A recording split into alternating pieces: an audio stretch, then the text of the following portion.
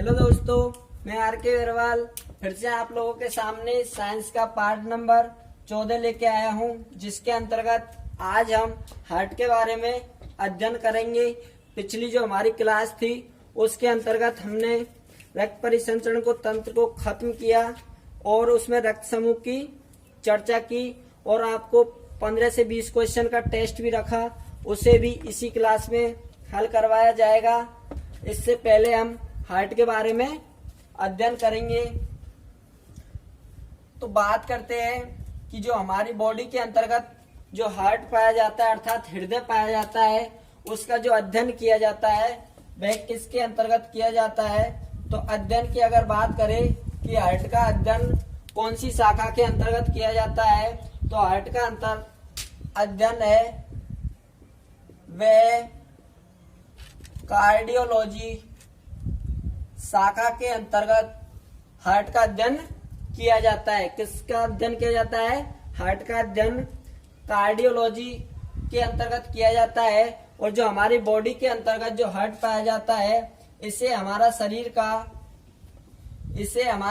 का सबसे व्यस्त अंग माना जाता है। हमारी बॉडी का जो सबसे व्यस्त अंग होता है वह होता है हार्ट। और अगर इसकी वेट की बात करें कि जो हमारी बॉडी के अंतर्गत जो हार्ट पाया जाता है उसमें कितना वजन होता है, तो मनुष्य के अंतर्गत व्यक्ति के अंतर्गत जो हार्ट का वजन होता है वह होता है 300 ग्राम।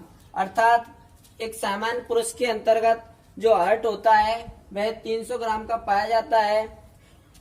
और अगर वैसे बात करें कि मेल के अंतर्गत कितने का होता है, तो मेल के अंतर्गत जो हार्ट पाया जाता है, हार्ट के अगर वजन की बात करें तो मेल के अंतर्गत ये है 280 से लेकर 300 ग्राम का पाया जाता है। जबकि अगर फीमेल की बात करें तो फीमेल के अंतर्गत जो हार्ट पाया जाता है उसका वजन होता है 250 ग्राम से लेकर 280 ग्राम का हार्ट पाया जाता है फीमेल के अंतर्गत। मेल के अंतर्गत तो 280 से लेकर 300 ग्राम तक का और फीमेल के अंतर्गत 250 से लेकर 280 ग्राम का हृदय पाया जाता है, जबकि सामान्य तौर पर 300 ग्राम का होता है। अगर बात करें कि जो बच्चे हैं उनके अंतर्गत कितने ग्राम का हार्ट पाया जाता है, तो बच्चे हैं उनके अंतर्गत 20 ग्राम का हार्ट पाया जाता है। और उसके बाद में बात करें कि जो हार्ट है वह हमारी बॉडी के अंतर्गत किस साइड में स्थित होता है, तो जो हार्ट है वह हमारी बॉडी के अंतर्गत बाई साइड में झुका हुआ होता है। हार्ट हल्का सा बाई साइड में झुका हुआ होता है हार्ट हमारी बॉडी के अंतर्गत। और इसकी बनावट की बात करें कि इसकी बनावट कैसी है, तो इसकी जो बनावट है वह हमारे जो हाथ की मुट्ठी है उसके अनुरूप उसके समान हार्ट की जो संरचना पाई जाती है, बनावट पाई जाती है हमारे हाथ की मुट्ठी के अनुसार। और हम बात करें कि प्रकृति के अंतर्गत जो सर्वाधिक हार्ट पाए जाते हैं वह किस में पाए जाते हैं? केंचुआ के अंतर्गत। किसके अंतर्गत?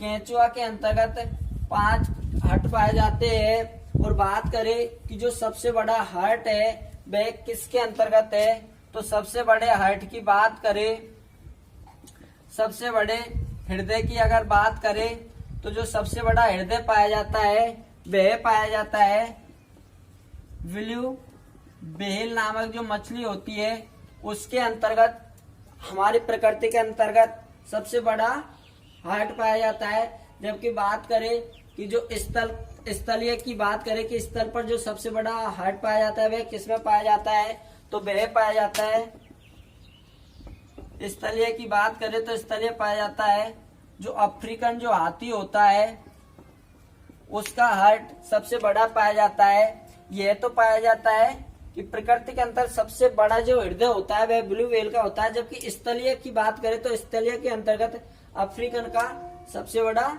हार्ट होता है। और उसके बाद में बात करें कि जो हमारा मानव हार्ट है, तो मानव हार्ट के अंतर्गत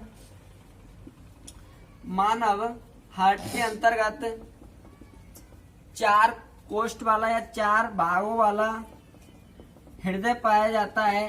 4 भागों वाला हृदय पाया जाता है मानव बॉडी के अंतर्गत, जबकि प्रकृति में जो सर्वाधिक भागों वाला या सर्वाधिक चैम्बरों वाला जो हार्ट पाया जाता है वह पाया जाता है कॉकरोच के अंतर्गत। किसके अंतर्गत? कॉकरोच के अंतर्गत। कॉकरोच के अंतर्गत सर्वाधिक कोष्ठ वाला हार्ट पाया जाता है। अगर बात करें कि कॉकरोच के अंतर्गत जो हार्ट पाया जाता है उसके अंतर्गत कितने कोष्ठ होते हैं, तो उसके अंतर्गत 13 कोष्ठों वाला, कितने कोष्ठ वाला? 13 कोष्ठों वाला हार्ट पाया जाता है कॉकरोच के अंतर्गत, जो कि प्रकृति के अंतर्गत, हमारी प्रकृति के अंतर्गत सर्वाधिक कोष्ठों वाला हार्ट होता है, कॉकरोच के अंतर्गत पाया जाता है। और उसके बाद में बात करें कि जैसे मछली है, छिपकली है, कौन कौन सी? मछली है, छिपकली है, तो मछली छिपकली के अंतर्गत जो हार्ट पाया जाता है उसमें जो कोष्ठ पाए जाते हैं वह 2 कोष्ठों वाला हार्ट पाया जाता है मछली और छिपकली के अंतर्गत। जबकि बात करें कि मेंढक के अंतर्गत, तो मेंढक के अंतर्गत 3 कोष्ठों वाला हृदय पाया जाता है। मछली छिपकली के अंतर्गत तो 2 कोष्ठों वाला और मेंढक के अंतर्गत 3 कोष्ठ वाला। जबकि बात करते हैं मगरमच्छ की और घड़ियाल की। किसकी? मगरमच्छ की और घड़ियाल की। तो मगरमच्छ और घड़ियाल के अंतर्गत 4 कोष्ठ पाए जाते हैं। कितने कोष्ठ पाए जाते हैं? 4 कोष्ठ पाए जाते हैं। और हमारी प्रकृति के अंतर्गत सभी मानवों में भी कितने कोष्ठ पाए जाते हैं? 4 कोष्ठ पाए जाते हैं। उसके बाद में बात करें कि हमारी बॉडी के अंतर्गत जो हार्ट होता है उसका जो बाहरी आवरण बना होता है वह किसका बना होता है? पेराकार्डियम का। किसका? पेरिकार्डियम का। हमारे हार्ट का जो बाहरी आवरण बना होता है वह किसका बना होता है? पेरिकार्डियम का। और जो पेरिकार्डियम है इसके अंतर्गत एक द्रव पदार्थ पाया जाता है जिसे पेराकार्डियल कहते हैं। क्या कहते हैं? पेराकार्डियल कहते हैं। हमारे हार्ट का जो बाहरी आवरण बना होता है वह किसका बना होता है? पेरिकार्डियक का। जबकि जो इस पेरिकार्डियक के अंतर्गत जो एक द्रव पदार्थ पाया जाता है उसे पेराकार्डियल नाम से जाना जाता है। जो पेराकार्डियल है, जो बाहरी आवरण बना होता है हार्ट का, यह हमारे शरीर के अंतर्गत जो हार्ट को चोटों से बचाने का कार्य करता है। बाहरी आवरण है वह हार्ट को चोटों से रक्षा करता है। और बात करें कि हमारे जो शरीर के अंतर्गत, एक बार हार्ट का चित्र बना के आपको समझा दूं कि कहाँ पर कौन सी चीज पाई जाती है, कौन सा वाल्व कहाँ पर है, और शरीर के अंतर्गत पेस मेकर कौन सी जगह पाया जाता है। तो बात करें कि हमारी बॉडी के अंतर्गत जो हार्ट पाया जाता है उसकी अगर संरचना की बात करें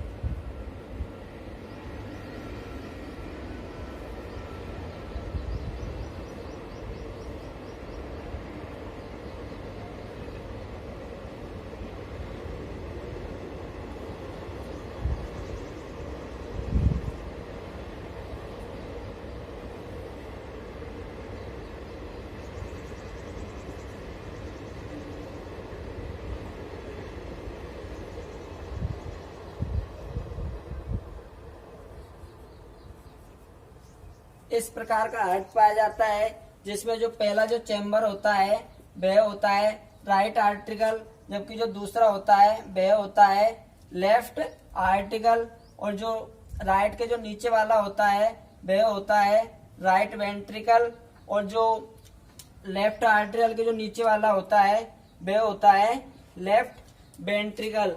अगर इसकी हिंदी की बात करें तो राइट आर्टिकल का मतलब होता है दायां आलंद और लेफ्ट वेंट्रिकल का होता है बायां आलंद।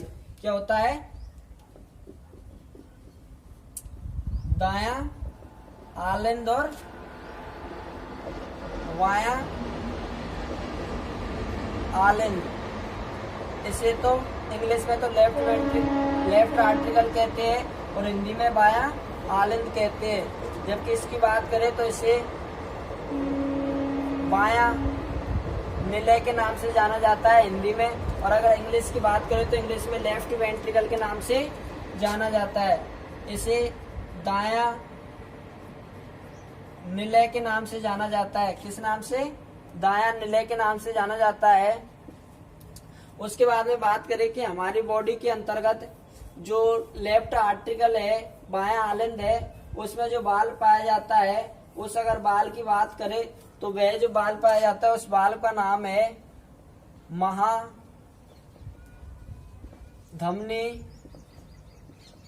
कपाट नामक बाल पाया जाता है, जो कि यहाँ पर पाया जाता है। कहाँ पर पाया जाता है? यहाँ पर पाया जाता है। और जो लेफ्ट आर्टिकल है और लेफ्ट वेंट्रिकल है, इनके बीच में जो यहाँ पर बाल पाया जाता है, उस अगर बाल की बात करें तो उस बाल को मेट्रल वाल्व के नाम से जाना जाता है। बाल को हिंदी में कपाट कहते हैं। किस नाम से जाना जाता है? मेट्रल वाल्व के नाम से जाना जाता है। जबकि बात करें कि जो राइट आर्टिकल है उसमें जो बाल पाया जाता है उसे किस नाम से जाना जाता है? जो यहाँ पे पाया जाता है उसे फुसफुसिए कपाट के नाम से जाना जाता है। किस नाम से जाना जाता है? फुसफुसिए कपाट के नाम से जाना जाता है। जबकि बात करें कि जो राइट आर्टिकल है और राइट वेंट्रिकल है, इसके बीच में जो वाल्व पाया जाता है, उस वाल्व के नाम की अगर बात करें तो उस वाल्व का नाम है, यहां पर लिख दू, उस वाल्व का नाम क्या है? ट्राई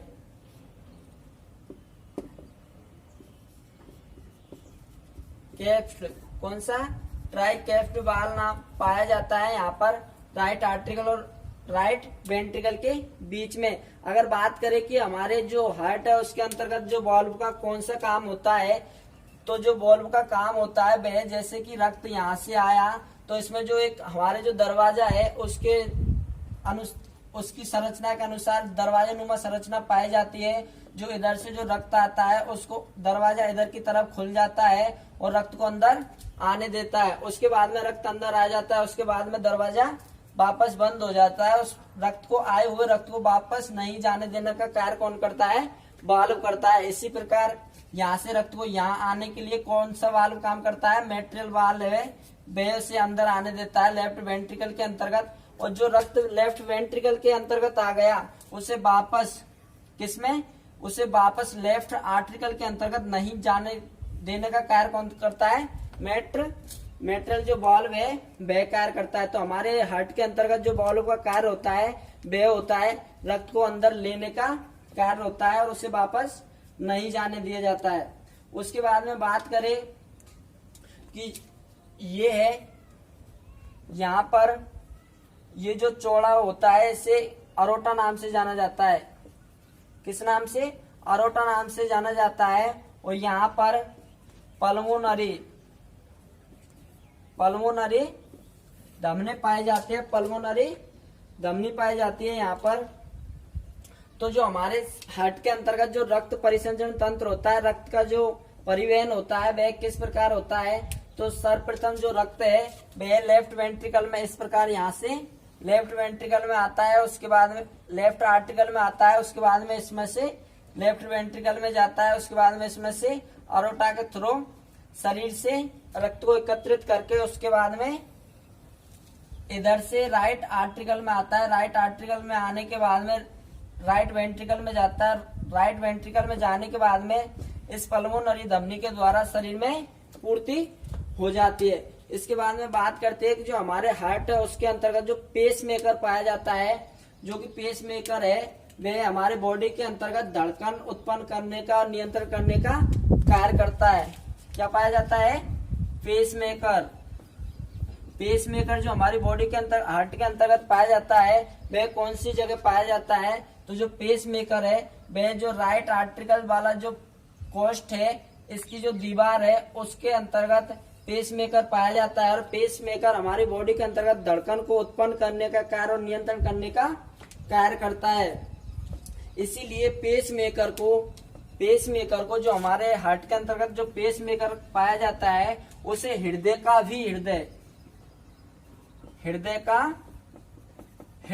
जाता है। किसे कहा जाता है? हृदय का हृदय। तो हृदय का हृदय पेसमेकर को कहा जाता है, क्योंकि यह धड़कन उत्पन्न करने का कार्य करता है और यह उन्हें नियंत्रण करने का भी कार्य करता है, जो कि दाएं आलंद में स्थित होता है। उसके बाद में बात करें कि जो व्यक्ति की जो धड़कन है उसे की गणना किससे की जाती है, किससे महसूस किया जाता है धड़कन को, तो उसकी अगर बात करें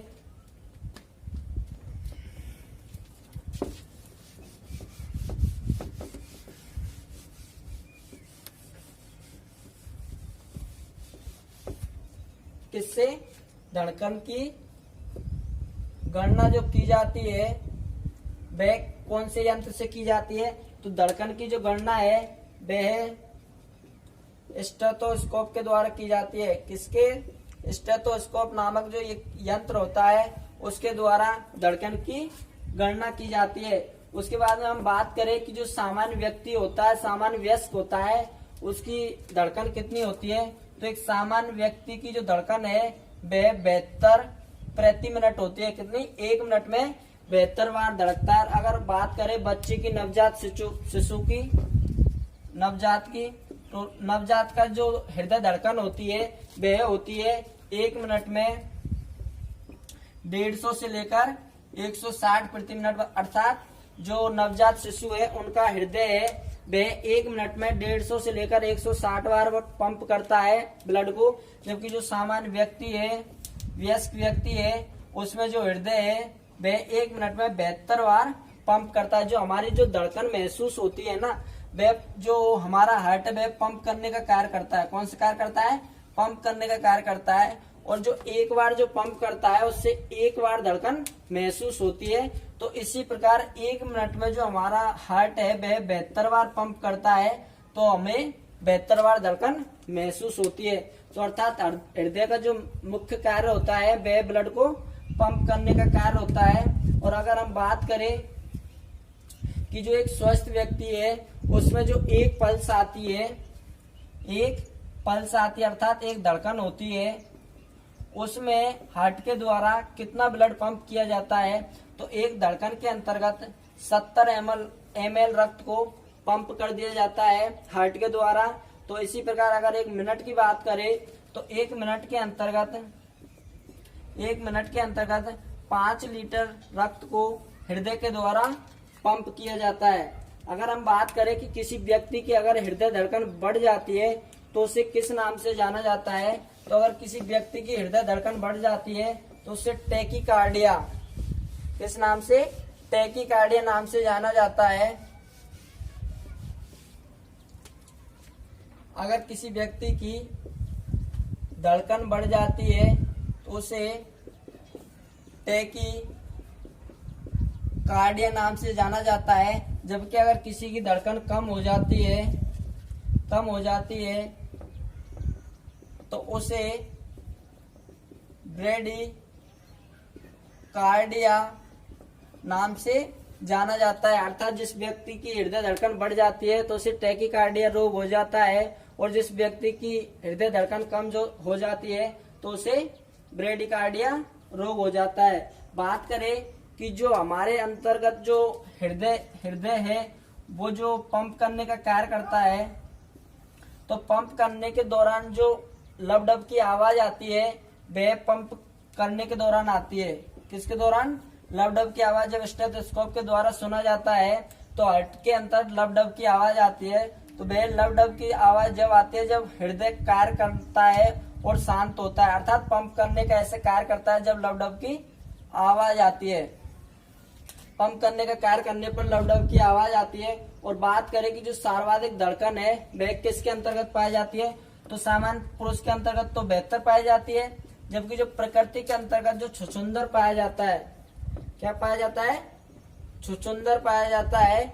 उसकी जो हृदय धड़कन होती है वह होती है 625 से लेकर 628 पर मिनट, अर्थात 1 मिनट में छुछंदर का जो हृदय है वह 625 से लेकर 628 बार पंप करता है। तो इसकी जो धड़कन होती है वह होती है 625 से लेकर 628। और अगर बात करें कि सबसे कम की, छुछंदर की तो सबसे ज्यादा धड़कन पाई जाती, और जबकि बात करें सबसे कम की, तो जो सबसे कम धड़कन पाई जाती है वह पाई जाती है ब्लू व्हेल के अंतर्गत केवल 1 मिनट में 25 बार ही रक्त पंप करने का कार्य करता है। अर्थात ब्लू व्हेल की जो धड़कन पाई जाती है वह 1 मिनट में 25 पाई जाती है, जबकि सर्वाधिक किसमें पाई जाती है?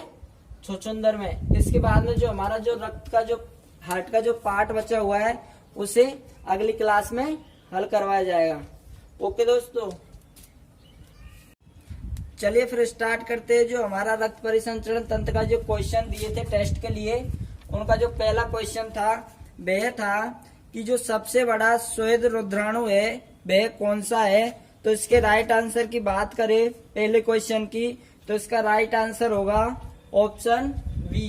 पहला जो हमारा क्वेश्चन था उसका होगा राइट आंसर ऑप्शन बी, जो कि मोनोसाइट थी। मैंने बताया था कि सबसे बड़ी जो रुद्राणु है वह मोनोसाइट होती है और सबसे छोटी लिम्फोसाइट होती है। उसके बाद में अगले क्वेश्चन की बात करें दूसरे की, तो अगला क्वेश्चन है कि निम्नलिखित में से वह वैज्ञानिक कौन सा है जिसने पहली बार रुधिर परिसंचरण की व्याख्या की। तो अगर वैज्ञानिक की बात करें तो इसमें जो हमारा राइट आंसर होगा ऑप्शन बी होगा क्वेश्चन नंबर 2 में। तो क्वेश्चन नंबर 2 का जो राइट आंसर होगा वह होगा ऑप्शन बी, अर्थात विलियम हॉर्वे। उसके बाद में क्वेश्चन नंबर 3 की बात करें तो क्वेश्चन 3 है कि एड्स के विषाणु किसे नष्ट कर देते हैं। जो हमारी बॉडी के अंतर्गत अगर किसी व्यक्ति को एड्स हो जाता है तो वह उसकी बॉडी के अंतर्गत किसे नष्ट कर देते हैं। तो उसकी अगर बात करें तो क्वेश्चन नंबर 3 का जो राइट आंसर होगा वह होगा ऑप्शन सी, अर्थात लिम्फोसाइट। क्वेश्चन 3 का जो राइट आंसर होगा वह होगा ऑप्शन सी, अर्थात लिम्फोसाइट। अगले अगर क्वेश्चन की बात करें तो अगला जो क्वेश्चन है वह है कि निम्नलिखित में से वे रक्त कणिकाएं कौन सी है जो रोगों का प्रतिरोध करने में सहायता प्रदान करती है। चौथा जो क्वेश्चन है वह है कि वे कणिकाएं कौन सी है जो रोगों का प्रतिरोध करने का कार्य करती है। तो इसके अगर राइट आंसर की बात करें तो चौथे का जो राइट आंसर है वह है ऑप्शन डी, अर्थात लसिका कोशिका। क्वेश्चन 4 का आंसर कौन सा होगा? Option D. उसके बाद में पांचवें क्वेश्चन की बात करें तो पांचवा क्वेश्चन है कि शरीर का वह कौन सा अंग है जो कभी विश्राम नहीं करता है। तो इसके राइट आंसर की बात करें तो पांचवें क्वेश्चन का राइट आंसर होगा वह होगा ऑप्शन डी, अर्थात हृदय। हृदय हमारा कभी भी आराम नहीं करता है। अगर हृदय ही आराम करने लग गया तो हम भी हमेशा के लिए आराम कर जाएंगे, इसलिए हमारा हृदय कभी आराम नहीं करता। अगर आपको ऑप्शन में मस्तिष्क मिले, अगर आपको ऑप्शन में मस्तिष्क मिले तो हृदय की जगह मस्तिष्क पहले सही होगा, उसके बाद में हृदय होगा। क्योंकि अगर मस्तिष्क भी आराम करने लग जाए तो हम भी आराम करने लग जाते हैं। इसलिए जो हमारा शरीर का जो सबसे पहले जो आता है वह मस्तिष्क आता है, उसके बाद में हृदय आता है। उसके बाद में अगले क्वेश्चन की बात करें छठा क्वेश्चन की, तो छठा क्वेश्चन है वह है कि पुरानी और नष्ट प्राय लाल रक्त कणिकाएं कहाँ नष्ट होती है। हमारी बॉडी के अंतर्गत जो पुरानी और नष्ट प्राय आरबीसी पाई जाती है वह कहाँ नष्ट होती है। तो छठे क्वेश्चन की अगर बात करें तो छठा क्वेश्चन का आंसर होगा ऑप्शन ए, अर्थात पीलिया। पीलिया में जाके आरबीसी नष्ट होती है। तो पीलिया को आरबीसी का कब्रिस्तान शमशान घाट कहा जाता था, मैंने बताया था पिछली क्लास में। तो उसके बाद में बात करते हैं अगले क्वेश्चन की, सातवें क्वेश्चन की। तो जो हमारा सातवां क्वेश्चन था वह था कि सबसे बड़ा श्वेत रुद्राणु है, अर्थात सबसे बड़ा जो WBC है वह कौन सी है। तो जो सातवां जो क्वेश्चन है उसमें है मोनोसाइट, अर्थात ऑप्शन बी। सातवें का जो राइट आंसर होगा वह होगा ऑप्शन बी, अर्थात मोनोसाइट। उसके बाद में अगले क्वेश्चन की बात करें 8वें की, तो 8वां जो क्वेश्चन है वह है कि फेफड़े से हृदय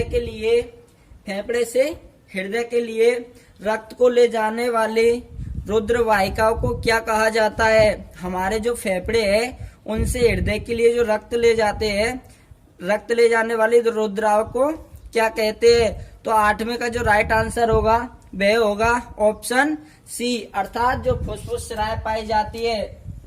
8वें का जो राइट आंसर होगा वह होगा ऑप्शन सी। उसके बाद में अगले क्वेश्चन की बात करें, क्वेश्चन नंबर 9 की, तो अगला जो हमारा क्वेश्चन है वह है कि हमारे हृदय वंचित है। हमारा जो हृदय होता है वह किससे वंचित होता है।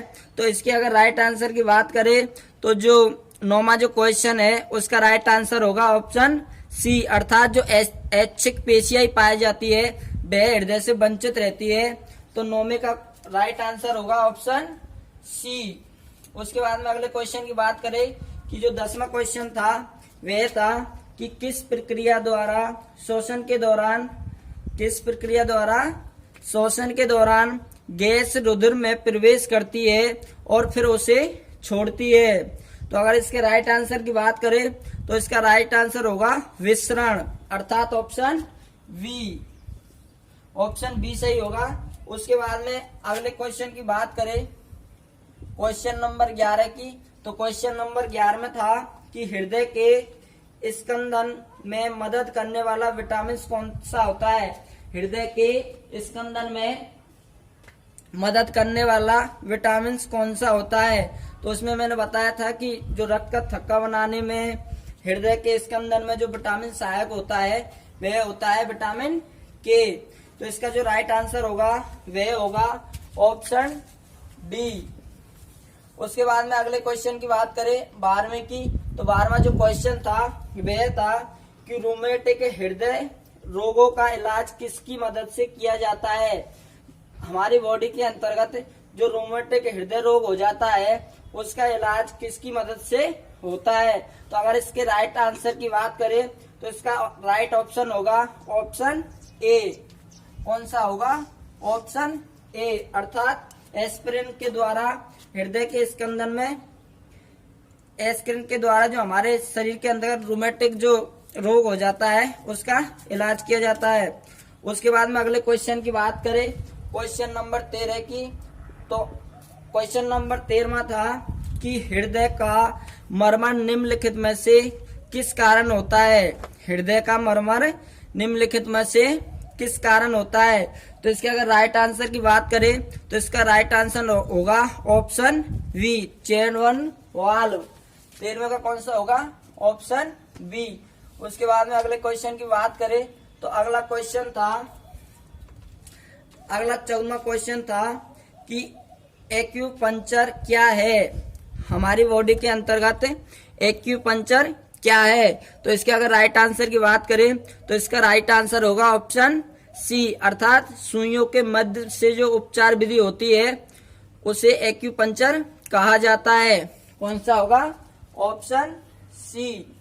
उसके बाद में अगले क्वेश्चन की बात करें 15वें क्वेश्चन की, तो जो 15वां क्वेश्चन था वह था कि दिल की जो मरमर है उसका पता चलता है, दिल की जो फुसफुसाहट होती है उसका पता किससे चलता है। तो उसका जो राइट आंसर होगा 15वें का वह होगा ऑप्शन ए, अर्थात जो दोषपूर्ण वाल्व पाए जाते हैं उसके द्वारा फुसफुसाहट का पता लगता है। तो 15वें का क्वेश्चन आंसर कौन सा होगा? Option A. 15वें का होगा ऑप्शन ए। उसके बाद में अगले क्वेश्चन की अगर बात करें 16वें की, तो 16वां क्वेश्चन था कि रक्त में मूत्रामल के उच्च स्तर के कारण निम्नलिखित में से कौन सा रोग होता है। अगर हमारे रक्त में मूत्र अम्ल की उच्चता पाई जाती है तो कौन सा रोग होगा। तो इसके राइट आंसर की बात करें तो इसका राइट आंसर होगा ऑप्शन बी, अर्थात गाउट। कौन सा होगा? Option B. इसके बाद में अगले क्वेश्चन की बात करें तो अगला क्वेश्चन 17वां है। 17वें की अगर बात करें तो वह है कि हीमोफीलिया का संबंध प्राय किसके साथ होता है।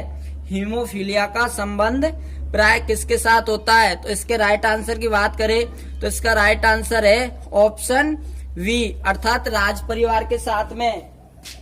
किसके साथ में? राज परिवार के साथ में। उसके बाद में अगले क्वेश्चन की बात करें 18वें की, तो 18वां क्वेश्चन था कि हृदय का काम होता है, हमारी बॉडी के अंतर्गत जो हृदय पाया जाता है उसका कौन सा काम होता है?